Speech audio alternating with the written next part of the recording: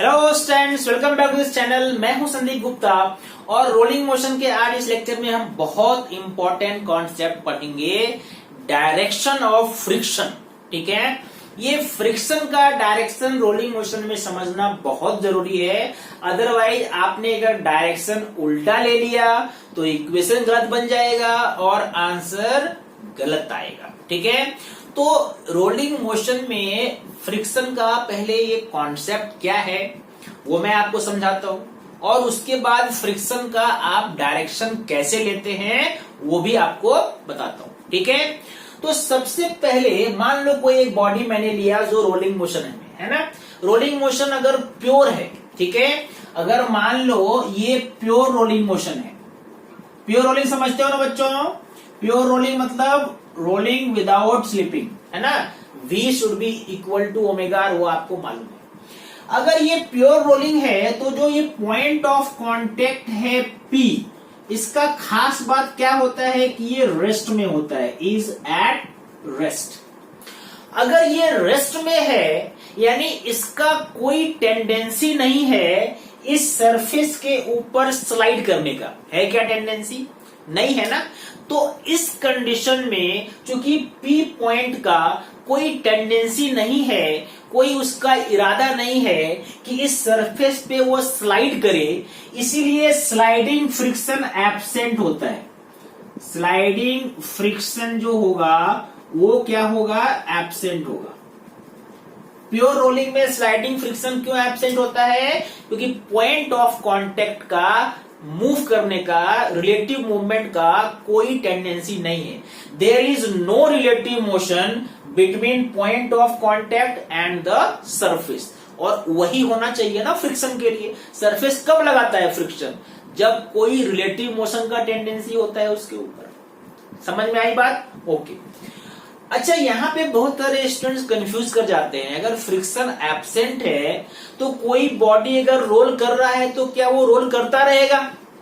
कभी रुकेगा ही नहीं क्या? अगर मान लो फ्रिक्शन नहीं है तो अगर आपने एक बार रोल करा दिया तो क्या वो रोल करता हुआ रहेगा हमेशा? रुकता है या नहीं रुकता है? लेकिन हमें प्रैक्टिकल लाइफ में मालूम है कि वो रुक जाता है। ठीक है, क्यों रुकता है उसमें भी थोड़ा सा बात कर लेते हैं, फिर हम फ्रिक्शन वाले कॉन्सेप्ट पे बाद में आएंगे। वो जो रुक जाता है दैट इज ड्यू टू दूसरा फ्रिक्शन है, that is called rolling friction. ठीक है, ये स्लाइडिंग फ्रिक्शन से थोड़ा अलग है। क्यों अलग है? तो मैं थोड़ा आपको इसका फील कराता हूं। हालांकि आपने देखा होगा बॉडी को रोल कराना ज्यादा आसान होता है। ठीक है, मैंने एग्जांपल पहले भी डिस्कस किया था। गैस सिलेंडर को मूव करने के लिए आप उसको स्लाइड करके ले जाओ और रोल करके ले जाओ, कौन सा आसान होता है? रोल करके ले जाना। क्यों? क्योंकि उसमें फ्रिक्शन, स्लाइडिंग फ्रिक्शन एब्सेंट है। ठीक है, इसीलिए फ्रिक्शन कम होता है और हल्का सा फोर्स लगाओगे तो वो आगे जा सकता है। ठीक है, लेकिन ऐसा नहीं है कि वो चलता चला जाएगा, क्योंकि वहां पे भी फ्रिक्शन होता है। लेकिन वो फ्रिक्शन क्यों होता है बच्चों? उस फ्रिक्शन का कारण क्या है? Deformation on the surface. जब ये रोल करता है तो ये सरफेस थोड़ा सा डिफॉर्म हो जाता है ऐसे।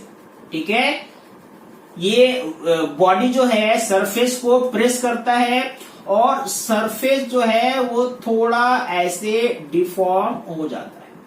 ठीक है, बॉडी भी डिफॉर्म होता है ना। दोनों एक दूसरे को डिफॉर्म करते हैं। तो जो पॉइंट ऑफ कांटेक्ट है, पॉइंट ऑफ कांटेक्ट जो है एक्चुअल में इस गड्ढे पे घुस जाता है, यहां पे घुस जाता है।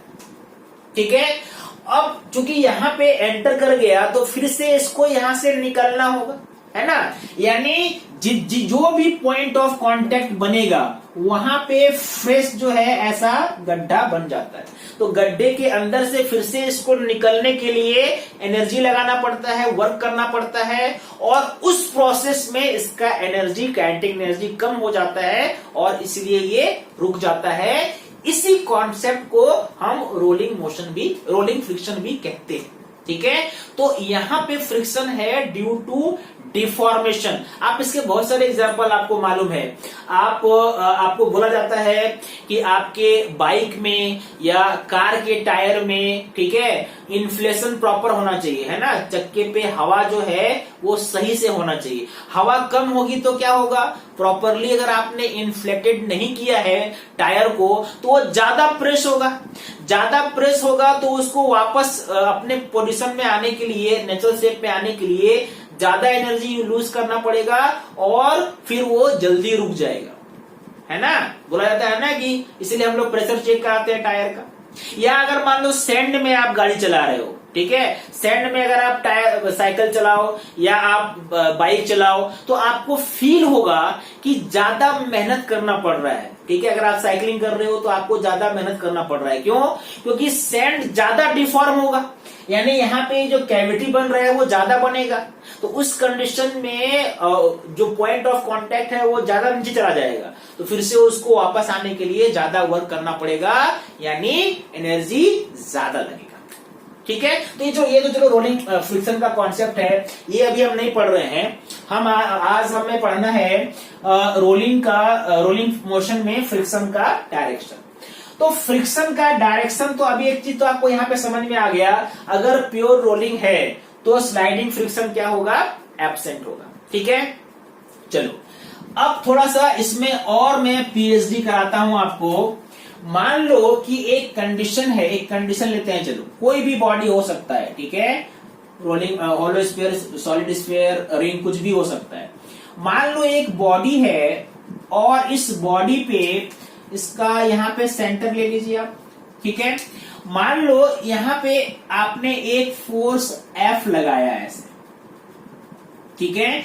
अब ये F फोर्स आपने लगाया है तो ये रोल करेगा और आगे भी बढ़ेगा, ठीक है, क्योंकि इस फोर्स का एक टॉर्क प्रोड्यूस होगा, है ना, अबाउट सेंटर ऑफ मास। ये सेंटर ऑफ मास, ये डिस्टेंस मान लो r है, ठीक है।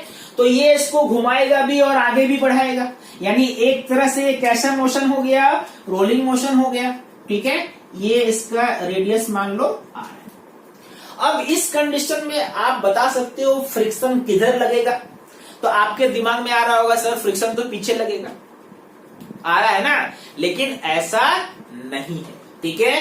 फ्रिक्शन आगे भी लग सकता है, फ्रिक्शन पीछे भी लग सकता है, ठीक है। इस कॉन्सेप्ट को पहले तो मैं यहाँ पे डिराइव करके आपको समझाता हूं, फिर उसका एक्चुअल फील आपको बताता हूं कि ऐसा क्यों हो रहा है, फ्रिक्शन अपना डायरेक्शन क्यों चेंज करता है, क्यों कभी पीछे कभी आगे और कभी लगता ही नहीं है।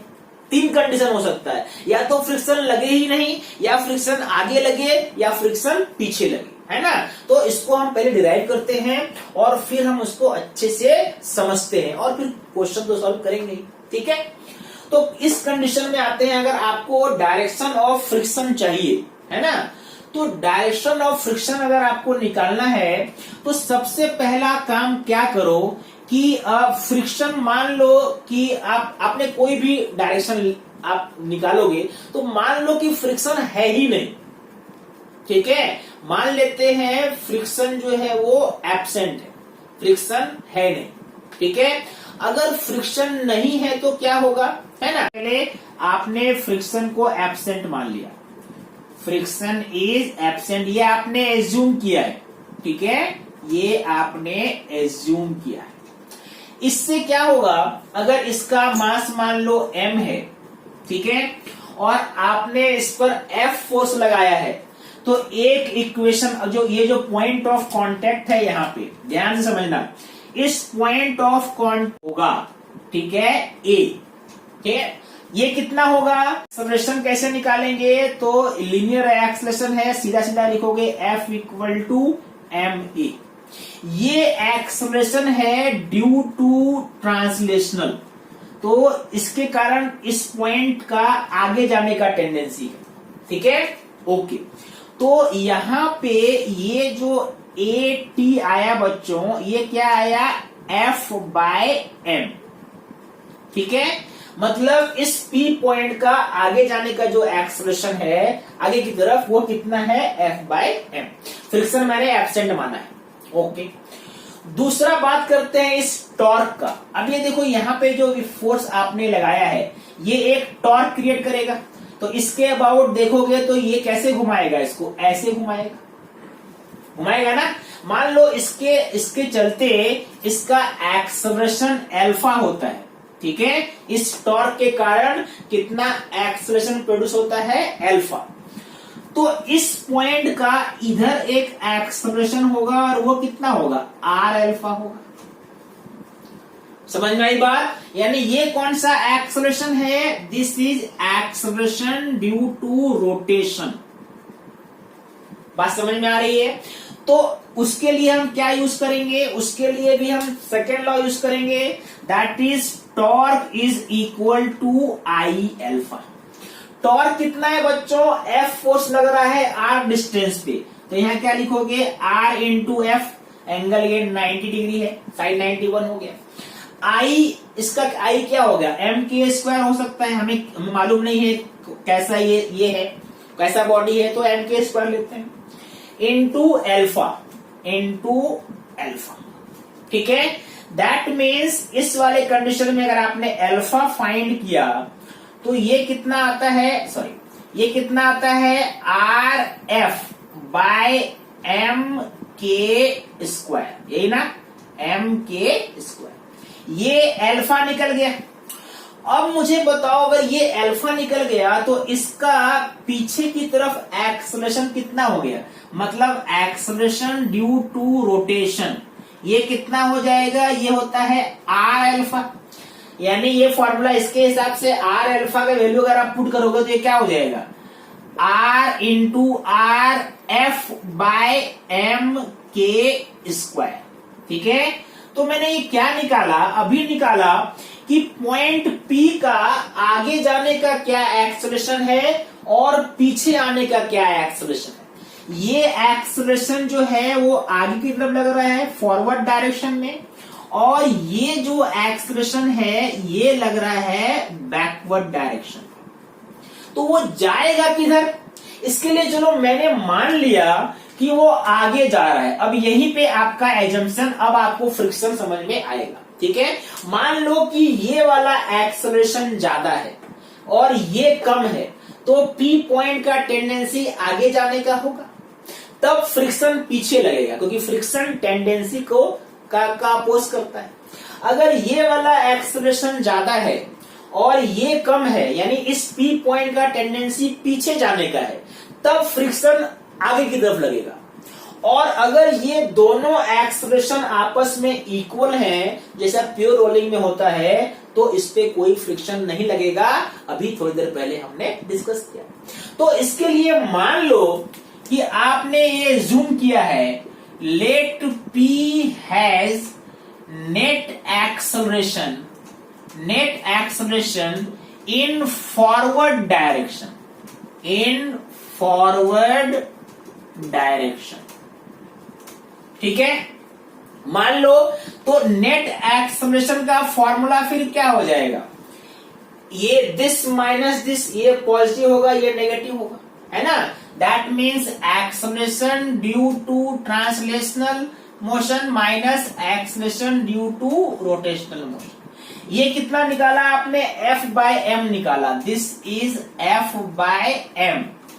और ये कितना निकाला है आपने, ये निकाला है आपने F by M into R upon K square. यानी यहां पे जो फॉर्मूला है ए नेट का, ये क्या है, F by M 1 minus R into R by K square, ठीक है।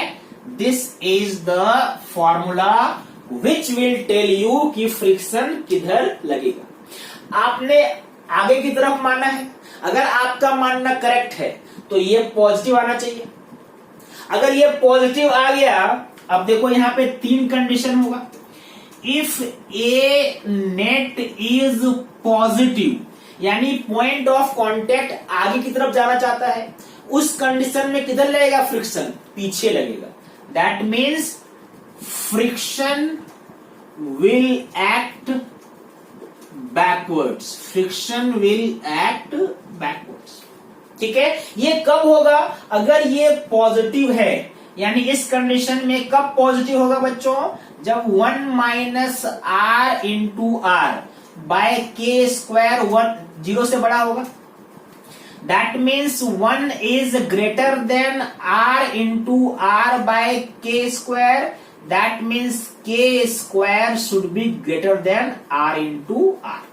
तो कोई भी डायग्राम, कोई भी बॉडी आपको दिया हुआ है, सबसे पहले चेक करो कैसा बॉडी है, उससे के निकल जाएगा।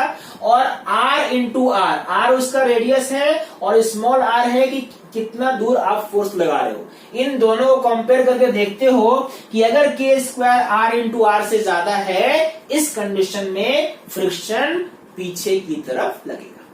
अच्छा, दूसरा कंडीशन क्या हो सकता है बच्चों? दूसरा कंडीशन हो सकता है if A net is negative. ये नेगेटिव आ गया, मतलब जो आपने माना था कि टेंडेंसी आगे जाने का है, एक्चुअल में वो टेंडेंसी किधर जाने का है? पीछे जाने का है, इसीलिए नेगेटिव आ गया। आपका मानना गलत था, उसके उल्टा डायरेक्शन में आ गया। यानी पी का टेंडेंसी पीछे जाने का है तो फ्रिक्शन आगे की तरफ लगेगा। दैट मीन्स इस कंडीशन में friction will act in forward direction, forward direction. ठीक है, और चूंकि ये नेगेटिव आया है, इसका मतलब 1 minus R into R by K square is less than 0। तो ये कंडीशन कब आएगा? जब के स्क्वायर, ठीक है, देखो यहां इस तरफ ले जाओगे तो K square will be less than R into R. यानी फ्रिक्शन आगे कब लगाओगे? जब के स्क्वायर आर इंटू आर से छोटा होगा। अभी मैं एग्जांपल लूंगा, है ना, पहले तीनों कंडीशन समझ लो। तीसरा कंडीशन क्या हो सकता है? तीसरा कंडीशन बिल्कुल सिंपल है, इफ ए नेट इज 0। मतलब इस पॉइंट, इस पी पॉइंट का कोई टेंडेंसी नहीं है, कोई इरादा नहीं है, न तो आगे जाने का और न ही पीछे आने का। तो उस कंडीशन में चूंकि इसका टेंडेंसी है ही नहीं मूव करने का, रिलेटिव मूवमेंट का, इसलिए इस पर कोई फ्रिक्शन नहीं लगेगा। मतलब no friction, no friction will act. यानी ये कब होगा? जब ये 0 हो जाएगा, मतलब के स्क्वायर इक्वल हो जाएगा आर इंटू आर।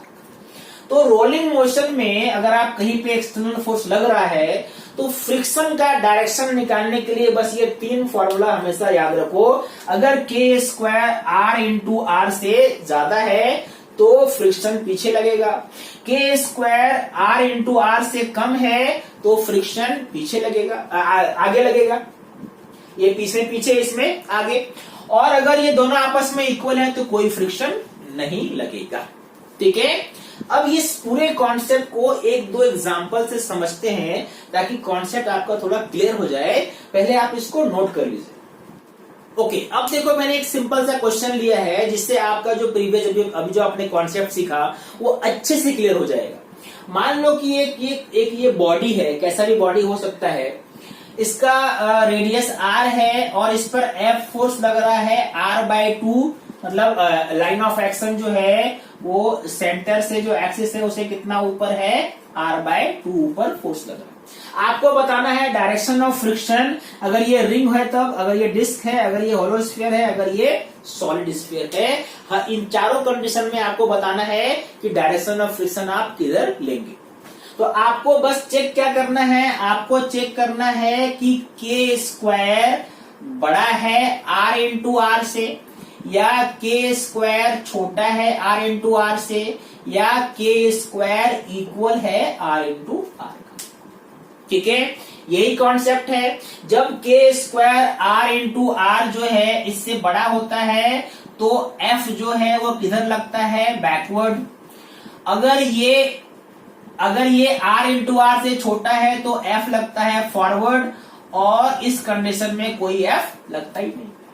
तो यहाँ पे देखो स्मॉल r ये डिस्टेंस है, स्मॉल r यहाँ पे क्या दिया हुआ है इस क्वेश्चन में? स्मॉल r दिया हुआ है r/2। ठीक है, तो पहले बात करते हैं रिंग का, है ना। रिंग का के और आर दोनों आपस में इक्वल होता है, मालूम है ना आपको। रिंग के कंडीशन में R is equal to R, ठीक है, क्योंकि एक्सिस आपका ये है, इसके अबाउट ये घूम रहा है, ठीक है। तो R is equal to R, यानी अगर ये R is equal to R मतलब इसका K radius of gyration is equal to R. तो यहां पे अगर आप ये यूज करोगे तो ये क्या हो जाएगा, के स्क्वायर मतलब आर स्क्वायर, और इधर क्या हो गया, इस तरफ क्या है, इस तरफ है R into R by two, that is R square by two. तो यहां पे देखो ये ज्यादा हो गया, मतलब K square is greater than R into R वाला कंडीशन आ रहा है, इसीलिए यहां पे फ्रिक्शन जो होगा वो पीछे लगेगा, ठीक है। दूसरा कौन सा है, दूसरा है डिस्क। डिस्क के लिए भी वही करो, के स्क्वायर और आर इंटू आर को कंपेयर करो। के क्या होता है, डिस्क का radius of gyration R by root two ना, तो ये हो जाएगा आर स्क्वायर बाय टू, और ये भी हो जाएगा आर स्क्वायर बाय टू, ये दोनों इक्वल हो गया, यानी इस कंडीशन में ये दोनों इक्वल है। इक्वल है इसका मतलब अगर ये डिस्क है तो इस पर कोई फ्रिक्शन नहीं लगेगा, ठीक है, समझ में आई बात। तीसरा है होलो स्फीयर। अब डिस्कस करते हैं कि अगर ये होलो स्फीयर होगा तब किधर लगेगा फ्रिक्शन, ठीक है। तो मान लो अगर ये होलो स्फीयर है तो इसका के क्या होता है बच्चों, होलो स्फीयर का अंडर रूट 2/3 आर। तो अगर इस इक्वेशन में आप इसको पुट करके देखो, आपको क्या कंपेयर करना है, आपको के स्क्वायर और आर इंटू आर यहां पे कितना है, तो आर हमने लिया है आर बाय टू, तो R into R by two मतलब आर स्क्वायर बाय टू आपको कंपेयर करना है। के स्क्वायर कितना है बच्चों, 2r स्क्वायर बाय 3, और इधर कितना है आर स्क्वायर बाय 2। तो अगर ध्यान से देखो ये 0.6 आएगा, 0.5 आएगा, ये बड़ा है ना। यानी आपका कौन सा इक्वेशन ये होता है, K square is greater than R into R, और इस कंडीशन में फ्रिक्शन पीछे लगेगा। यानी अगर ये होलो स्फीयर है तो एफ किधर लगेगा, बैकवर्ड, ठीक है। अच्छा अगर मान लो ये सॉलिड स्फीयर होता, अब आपको समझ में आ रहा होगा, फील भी अच्छे से आ गया होगा, है ना। और अब आपको मालूम है कि सॉलिड स्फीयर में क्या आने वाला है। सॉलिड स्फीयर में के क्या होता है, सॉलिड स्फीयर में के होता है अंडर रूट 2/5 आर। तो अब अगर यहाँ पे आपने के स्क्वायर किया तो ये क्या आ जाएगा, 2/5 आर स्क्वायर, जो कि आर स्क्वायर बाय 2 से कम हो गया। देखो ये 0.4 आएगा, ये 0.5 है, यानी इस वाले कंडीशन में ये जो के स्क्वायर है that is less than R into R आ गया। मतलब इस कंडीशन में फ्रिक्शन, अगर ये सॉलिड स्फीयर है तो यहां पे फ्रिक्शन आगे लगेगा एफ, ठीक है। तो ये फ्रिक्शन का डायरेक्शन समझना, इसके कॉन्सेप्ट को समझना बहुत जरूरी है, नहीं तो अगर आपने उल्टा डायरेक्शन ले लिया तो आंसर गलत आना ही आना है, ठीक है। अब जो मैंने आपको ये तो बेसिक समझाया, अब इसको कुछ प्रॉब्लम में यूज करते हैं, सॉल्व करते हैं, और फिर मैं कुछ प्रॉब्लम आपके लिए भी दूंगा सॉल्व करने के लिए, ठीक है। नोट करो इसको पहले। चलो एक इसका सिंपल एप्लीकेशन लेते हैं, जो भी आपने डायरेक्शन ऑफ फ्रिक्शन समझा। क्वेश्चन क्या है, देखो क्वेश्चन सिंपल सा है, tangential force F acts at the thin spherical shell, है ना, of mass m and radius r, find the acceleration of the cell if it rolls without slipping, ठीक है। मतलब प्योर रोलिंग हो रहा है, उस कंडीशन में इसका कितना होगा एक्सेलरेशन। तो एक्सेलरेशन निकालने के लिए इक्वेशन जो यूज करोगे, सबसे पहले आपको जानना है फ्रिक्शन किधर लग रहा है, पीछे या फ्रिक्शन आगे लग रहा है, ठीक है। तो उसके लिए आपको मैंने क्या ट्रिक बताया था कि के स्क्वायर और आर इंटू आर को कंपेयर करते हैं।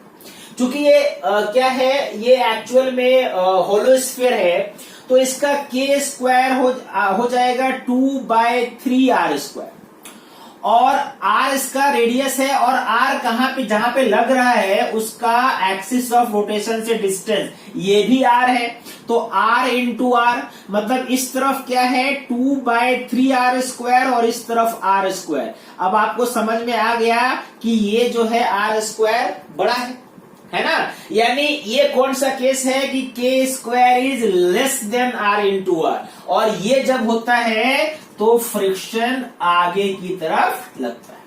ये जानना पहले बहुत जरूरी है। उसके बाद इक्वेशन आप आराम से लिख सकते हैं। अगर मान लो सेंटर ऑफ मास का एक्सेलरेशन a है तो आप क्या लिखोगे, आप लिखोगे कौन सा फोर्स लग रहा है, F और F दोनों आगे लग रहे हैं, F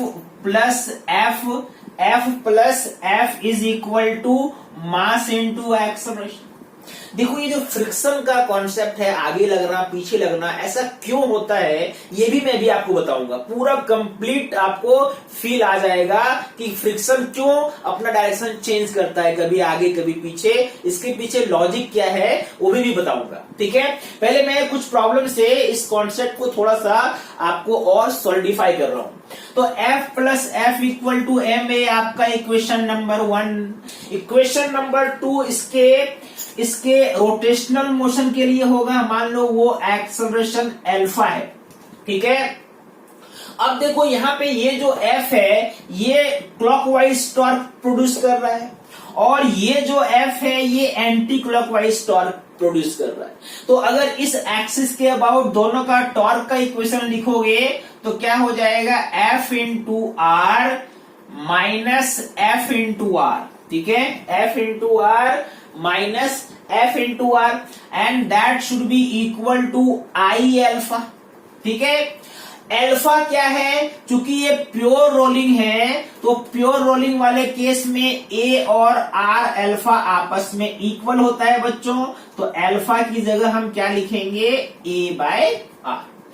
तो ये इक्वेशन F को उधर ले जाओ तो क्या बन गया, F minus F is equal to I, जो कि होता है 2/3mr²।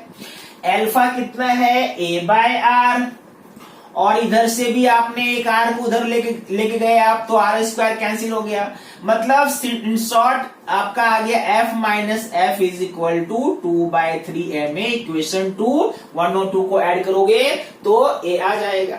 फिर आप F निकालना है तो a का वैल्यू पुट करोगे, ऐड कर लो, कितना आ जाएगा, 1 और 2 को ऐड किया तो जल्दी से बताओ, ये F कैंसिल, स्मॉल f इधर हो गया, 2F इज इक्वल टू कितना हो गया बच्चों, ma प्लस 2/3, मतलब 5ma/3। That means a equal to 6F/5m। That is the answer. एक बार आपको फ्रिक्शन समझ में आ गया, उसके बाद सिंपल कैलकुलेशन है डायनेमिक्स का जो आपने पहले भी सॉल्व किया है, और वो आपसे आराम से हो जाएगा।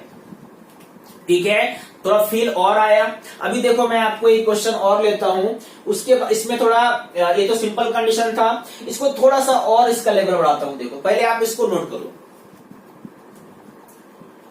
ओके, अब चलो ये कंडीशन लेते हैं। देखो क्वेश्चन को ध्यान से, मान लो ये एक यूनिफॉर्म सिलेंडर है जिसका मास m है और रेडियस r है। ठीक है, इसके टॉप एंड को आपने एक स्ट्रिंग से कनेक्ट किया है जो एक लाइट पुली से होते हुए आपका एक स्मॉल ब्लॉक m से कनेक्टेड है। यहाँ पे मैंने स्मॉल m लिया है, इसको कैपिटल M लिया है।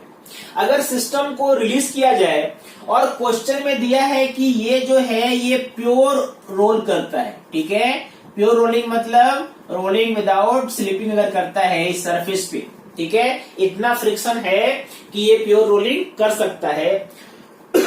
सॉरी, तो आपको बताना है what will be the acceleration of small mass m। तो सबसे पहले यहाँ पे क्वेश्चन जो लिखोगे, कुछ कुछ फोर्स तो आपको मालूम है कि इधर चलो mg नीचे लगना ही लगना है, t इसके लिए इधर लगना है, यहाँ पे t लगना है, इतना आपको मालूम है। प्रॉब्लम है f किधर लगाएंगे। तो अभी मैंने आपको जो कंडीशन बताया, जो ये बताया ये सिलेंडर वाले केस के लिए भी वही होगा। जब टॉप एंड पे आप लगाओगे तो एक्चुअल में आप क्या कंपेयर करते हो, के स्क्वायर और आर इंटू आर। के स्क्वायर चूंकि सिलेंडर है इसलिए क्या हो जाएगा बच्चों, आर स्क्वायर बाय 2, और ये आर इंटू आर स्क्वायर छोटा हो गया देखो, यानी के स्क्वायर जो है आर इंटू आर से लेस है, इसीलिए इस कंडीशन में फ्रिक्शन किधर लगेगा, आगे की ओर लगेगा। यानी यहाँ पे आपने फ्रिक्शन जो आपने लगाना है, आपने किधर लगाना है, आगे की तरफ लगाना है। ठीक है, इसके बाद ये प्रॉब्लम सॉल्व करने में बहुत परेशानी नहीं है। अगर रोलिंग मोशन के एक दो कॉन्सेप्ट आपको और लगाने होंगे, चलो इसको आप सॉल्व करते हैं। इसका तो इक्वेशन आपको मालूम है, सिंपल सा क्या इक्वेशन है, एम जी अगर ये नीचे जा रहा है और ये इधर मूव कर रहा है, ठीक है, मान लो ये नीचे आ रहा है विथ एन एक्सेलरेशन a1, ठीक है, और ये जो सिलेंडर है ये आगे जा रहा है विथ एन एक्सेलरेशन a2, ठीक है। दोनों का एक्सेलरेशन सेम नहीं होगा क्योंकि इसका मोशन जो है ये सिंपली नीचे जा रहा है स्ट्रेट लाइन में, जबकि ये रोल कर रहा है, ठीक है, ओके। A1 मान लीजिए, A2 मान लीजिए, और इसके घूमने का एक्सेलरेशन मान लीजिए अल्फा है। तो पहले इक्वेशन लिखना सीखिए, ऐसे क्वेश्चन बहुत आसानी से फिर बनने लगेंगे। इसके लिए क्या लिखोगे, M G minus T is equal to M A one, M G minus T is equal to M A one, equation number 1। इसके लिए देखो T और F दोनों आगे लग रहे हैं, दैट मीन्स सेकंड इक्वेशन क्या हो जाएगा, T plus F is equal to, इसका मास m है और एक्सेलरेशन a2 है, सेकंड, करेक्ट है, ओके।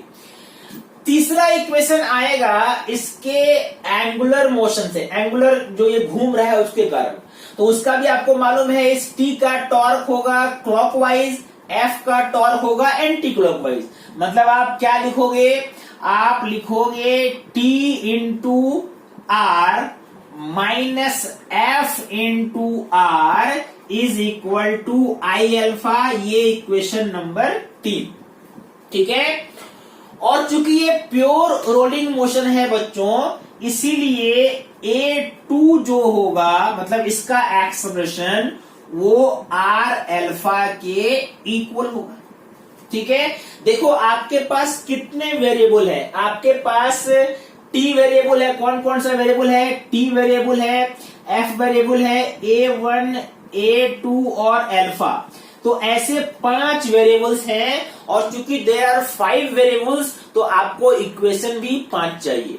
मैंने अभी तक 4 लिखा है, पांचवा कौन सा होगा बच्चों, तो पांचवा क्या होगा, पांचवा देखो ये A1 और A2 के बीच का रिलेशन होगा, है ना। इस चीज को ध्यान से समझना।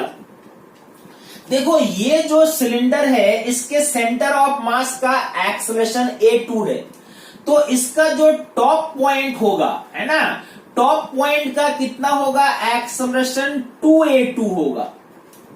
ऐसा क्यों, क्योंकि मैंने अभी आपको समझाया था ना कि रोलिंग मोशन में जो टॉप पॉइंट होता है उसका स्पीड 2v होता है और उसका एक्सेलरेशन भी ट्वाइस होता है। तो अगर सेंटर ऑफ मास का A2 है तो यहाँ पे A2 में R अल्फा भी ऐड करोगे और R अल्फा A2 के ही इक्वल है, मतलब यहाँ पे एक्सेलरेशन हो जाएगा 2A2। तो ये जो एक्सेलरेशन है ये स्ट्रिंग को मिला, और इसी स्ट्रिंग के थ्रू ये एक्सेलरेशन इस ब्लॉक को भी मिलेगा, यानी ये A1 इज इक्वल टू, आप जो 5th इक्वेशन है और जो सबसे इंपॉर्टेंट कांस्टेंट इक्वेशन है वो क्या है, A1 will be equal to 2A2। अगर इसके आगे बढ़ने का एक्सेलरेशन A है तो स्ट्रिंग के टॉप A2 है, तो स्ट्रिंग के टॉप पॉइंट का 2A2, और यही इस ब्लॉक को मिलेगा। अब आपको ये 5 इक्वेशन मिल गए, अब आप सॉल्व करोगे आपका आंसर आएगा। जितने वेरिएबल्स थे उतने हमारे पास इक्वेशंस मिल गए। अब इसको जल्दी से सॉल्व करते हैं। देखो अच्छा, इसको सॉल्व करने का एक और तरीका भी है, अभी मैं वो एनर्जी के बेसिस पे, एनर्जी आपने पढ़ ही लिया है, वो भी बताऊंगा। पहले आप जो हमारा जो डायनेमिक्स का इक्वेशन जो हमने सॉल्व किया है पहले न्यूटन लॉ के हिसाब से, पहले उसके हिसाब से भी सॉल्व कर लेते हैं। कितना आएगा देखिए, A1 A2। अब इक्वेशन फिर से लिखता हूं मैं, देखो ठीक है। इक्वेशन पहला आपको क्या मिला, mg माइनस टी। आपको A1 ही निकालना है तो हम A1 के ही टर्म में रखेंगे। mg minus T is equal to ma1। इसके लिए आप क्या लिखेंगे, t प्लस f, ठीक है, इज इक्वल टू ma2। और m चूंकि यहाँ पे A1 is equal to 2a2, तो a2 के जगह में हम क्या लिख सकते हैं बच्चों, ma1 बाय 2, यही ना। t plus F is equal to ma1 by 2। F के बारे में अब टॉर्क का इक्वेशन आ जाइए। टॉर्क का इक्वेशन देखो यहाँ पे फिर से निकालो, R को उधर ले जाके जैसे आपने पहले किया था। तो ये क्या हो जाएगा बच्चों, this is T minus F, ठीक है। ये आपका T का और F का टॉर्क निकाला था हमने, तो ये क्या हो जाएगा, T माइनस एफ। R मैंने इधर लेके आ गए हम। I कितना लेंगे, I लेंगे mr स्क्वायर बाय 2। और अल्फा यहां से ले लो, अल्फा इक्वल टू क्या हो जाएगा, A2 बाय R। ध्यान से समझना है ना, A2 के जगह में क्या लिखेंगे, A1 बाय 2। और इधर से R स्क्वायर, क्योंकि एक R आप लेके गए हो, ये R स्क्वायर कैंसिल। मतलब लास्ट इक्वेशन, फिर से मैं 3 इक्वेशन लिखता हूं, लास्ट से ही स्टार्ट करते हैं। T minus F is equal to क्या दिख रहा है, ma1 बाय 4। क्या इक्वेशन आया बच्चों, ma1 बाय 4। दूसरा इक्वेशन ये क्या था, T plus F is equal to ma1 by 2, correct है।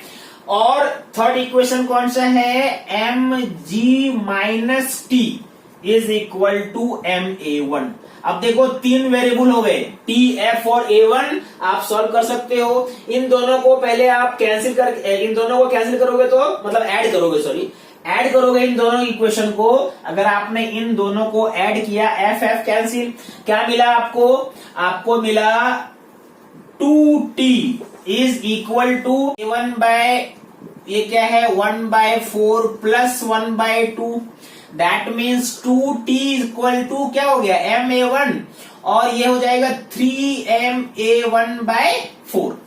यानी आपको यहाँ पे क्या मिल गया बच्चों, आपको t मिल गया, और t कितना मिला, 3ma1 बाय 8। t का वैल्यू फर्स्ट इक्वेशन में पुट कर देते हैं। फर्स्ट इक्वेशन क्या था, mg, देखो स्मॉल m है ये, mg माइनस टी कितना हो जाएगा, ये 3ma1 by 8 is equal to small m a1, है ना। दैट मीन्स आपको a1 चाहिए, तो mg is equal to a1 अगर आपने कॉमन ले लिया तो m प्लस 3m बाय 8, यानी A1 एक्चुअल में आता कितना है, A1 मेरे हिसाब से आता है 8mg divided by 8m plus 3m। एक स्मॉल m है और एक कैपिटल m है। That will be acceleration of this block, ठीक है। समझ में आई बात आपको? अगर ये समझ में आया तो ऐसे कोई भी क्वेश्चन आप सॉल्व कर सकते हैं, बट इक्वेशन लिखने का ये स्टेप जो है आप ये याद रखिए। आप एनर्जी के हिसाब से, एनर्जी के तरीके से भी इसको सॉल्व कर सकते थे। पहले आप इसको नोट करो, फिर मैं आपको वो तरीका भी बताता हूं। अगर एनर्जी कंजर्वेशन आपको लगाना है, पहले तो आपको ये इक्वेशन इतना मालूम होना चाहिए। एनर्जी कंजर्वेशन लगाओगे, मान लो कि ये h डिस्टेंस नीचे आया, ठीक है। h डिस्टेंस जब ये नीचे आया तो उस समय इसका वेलोसिटी मान लीजिए v1 है, इसका वेलोसिटी मान लीजिए v2 है। किसका वेलोसिटी? इसका वेलोसिटी मान लीजिए v2 है। जब ये h डिस्टेंस नीचे आया तो loss in kinetic energy equal to gain in loss in potential energy, नीचे जा रहा है ना, loss in potential energy equal to gain in kinetic energy. तो कितना लॉस हुआ, mgh लॉस हुआ इसका, और इसको काइनेटिक एनर्जी कितना मिला, तो हाफ mv1 स्क्वायर। इसको कितना मिला, कितना मिला इसको, तो इसको आपको मालूम है क्या मिल जाएगा, इसको 1/2 capital mv2 square plus 1/2 i omega square. ठीक है, थोड़ा सा और अगर करोगे तो mgh, ये h कितना नीचे आएगा, h नीचे आएगा 1/2 इंटू इसका एक्सलेशन a1 लिया है आपने, a1t square, h equal to half ut plus half at square का इक्वेशन यूज किया, तो h मिल गया आपको। अच्छा, उसके लिए v1 आ जाओ, v कितना हो जाएगा, v1 हो जाएगा a1 into T square. Okay, और v2 कितना हो जाएगा, v2 हो जाएगा a2 इंटू टी स्क्वायर, और ये हो गया 1/2 i। ओमेगा कैसे निकालोगे, तो omega equal to v2/r। v2 कितना है, v2 है आपका a2t/r स्क्वायर। इसको सॉल्व करोगे और a1 a2 का यहां पे रिलेशन बस ये 2 लगा दोगे आप, यानी कौन कौन सा इक्वेशन यूज होगा इसमें, ये इक्वेशन 4, 5 और फाइनल ये इक्वेशन यूज करोगे तो आपका आंसर वही आएगा जो पहले आया था। इसको जरूर ट्राई कर लेना, ये एनर्जी वाला मेथड बहुत टाइम सेव करता है और आपका आंसर भी एक्यूरेट आएगा। समझ में आई बात। चलो अब मैं आपके लिए क्वेश्चन देता हूं और थोड़ा सा मैं फ्रिक्शन का लॉजिक भी आपको समझाता हूं, क्यों डायरेक्शन चेंज होता है। ओके, अब देखो ये है आपका एक प्रैक्टिस क्वेश्चन जो आपको सॉल्व करना है। और इस क्वेश्चन को, इसके पहले कि मैं क्वेश्चन आपको पढ़ के बताऊं, मैं थोड़ा आपको लॉजिक समझाता हूं फ्रिक्शन का, जो आपने इस पूरे लेक्चर में समझा। थोड़ा अगर उसको लॉजिकल पॉइंट से समझें, है ना, ये इस क्वेश्चन का नहीं है, ये भी आप सॉल्व करोगे। देखो, मान लो अगर कोई भी बॉडी रोल कर रहा है, अगर, है ना, अगर कोई भी बॉडी अगर रोल करता है तो ये जो पॉइंट ऑफ कांटेक्ट है ये क्या होता है, ये रेस्ट में होता है in case of pure rolling. ठीक है, प्योर रोलिंग के कंडीशन में ये रेस्ट में होता है और उस कंडीशन में सरफेस कोई भी स्लाइडिंग फ्रिक्शन बॉडी पे नहीं लगाता है। ठीक है, तो एक्चुअल में फ्रिक्शन का टेंडेंसी ऐसा होता है कि वो चाहता है कि बॉडी जो सरफेस पे रोल करे, रोल करने में अगर वो रोल नहीं कर पा रहा है तो फ्रिक्शन उसका हेल्प करता है ना, और इसीलिए फ्रिक्शन कभी आगे या कभी पीछे लगता है। जब आप प्योर रोलिंग की बात करते हैं तो v क्या होता है, ओमेगा आर के इक्वल होता है कि नहीं। तो मान लो कि इस कंडीशन में प्योर रोलिंग नहीं हो रहा है ना, मतलब ये अगर v है और ये अगर ओमेगा है, तो अगर v बड़ा है ओमेगा आर से, है ना, कहीं हो सकता है कि आगे बढ़ने का स्पीड ज्यादा है, घूमने का स्पीड कम है, आगे स्लिप कर रहा है, स्किड कर रहा है, तो उस कंडीशन में फ्रिक्शन देखेगा कि इसका वैल्यू ज्यादा हो गया है तो इसको कम करेगा, और ओमेगा का वैल्यू कम है तो उसको बढ़ाएगा। यानी इस कंडीशन में फ्रिक्शन किधर लगेगा, पीछे लगेगा। फ्रिक्शन अगर पीछे लगेगा तो v को कम करेगा और इस फ्रिक्शन का टॉर्क ओमेगा को बढ़ाएगा। तो ओमेगा जो पहले कम था वो ज्यादा हो जाएगा और v आपका कम होगा। तो एक ऐसा स्टेज आएगा जहां पे प्योर रोलिंग स्टार्ट हो जाएगा, बस फ्रिक्शन लगना बंद हो जाएगा। यही रोल है फ्रिक्शन का। अगर मान लो दिया रहता है कि नहीं, v जो है वो छोटा है ओमेगा आर से, मतलब ये घूम रहा है, ज्यादा स्पीड से घूम रहा है लेकिन उस स्पीड से आगे नहीं जा रहा है, तो इसको सपोर्ट करना पड़ेगा और इसको रोकना पड़ेगा। यानी इस कंडीशन में फ्रिक्शन आगे की तरफ लगेगा ताकि इसको थोड़ा सपोर्ट मिले और v का मैग्नीट्यूड इंक्रीज हो, और ओमेगा को अपोज क्यों करेगा, क्योंकि इसका टॉर्क इसके रोटेशन के अपोजिट लगेगा, तो ओमेगा कम हो जाएगा और v ज्यादा हो जाएगा। फिर से v equal to omega R हो जाएगा और उसके बाद फ्रिक्शन लगना बंद हो जाएगा। तो फ्रिक्शन का टेंडेंसी होता है कि प्योर रोलिंग होना चाहिए, इसीलिए डायरेक्शन कभी आगे कभी पीछे लगता है, जो मैंने आपको समझाया। बात समझ में आ गई। अब आते हैं चलो इस क्वेश्चन पे। क्वेश्चन क्या है, एक बार मैं आपको रीड आउट करता हूं, उसके बाद फिर आप इसको सॉल्व करके मुझे कमेंट बॉक्स में बताइए क्या आंसर आता है। क्वेश्चन है बच्चों, a solid sphere of mass 5 kg and radius 1 metre, ये 5 है ना, is kept over a rough surface as shown. A force F equal to 30 Newton is acting at the top surface या top point यहाँ पे है ना। Check whether the pure rolling will take place or not. New के value के हिसाब से आप देखो कि सफिशिएंट फ्रिक्शन है कि नहीं, कि प्योर रोलिंग होना चाहिए।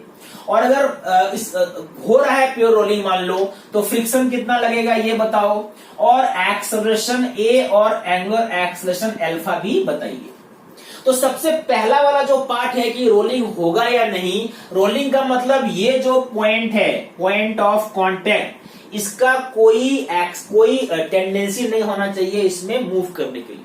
और इसका टेंडेंसी अगर नहीं है, इसका मतलब इसका फ्रिक्शन लिमिटिंग फ्रिक्शन तक नहीं पहुंचा है। कोई भी बॉडी अगर सरफेस पे मूव करता है तो जब वो मूव करने वाला होता है तो मैक्सिमम फ्रिक्शन लगता है, तो उस पॉइंट तक नहीं पहुंचना चाहिए। मतलब इसका जो फ्रिक्शन है ये न्यू mg से कम होना चाहिए।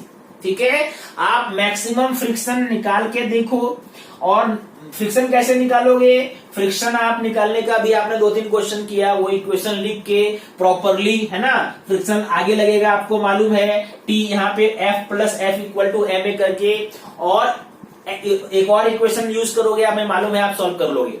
F निकालो और न्यू mg निकालो। अगर F का वैल्यू मैक्सिमम फ्रिक्शन से कम है, यानी ये पॉइंट रेस्ट में है, और उस कंडीशन में रोलिंग होगा, और नहीं तो नहीं होगा। आई होप आपको ये मैं हिंट दे रहा हूं, सॉल्व नहीं कर रहा हूं, आपके ऊपर छोड़ रहा हूं, है ना। और बाकी ये 2 क्वेश्चन तो आप आराम से सॉल्व कर लोगे, मुझे बुक पे पूरा भरोसा है। ठीक है, तो ये बहुत इंपॉर्टेंट लेक्चर था, इसको अच्छे से समझो, प्रैक्टिस करो, कोई भी डाउट हो तो कमेंट करो।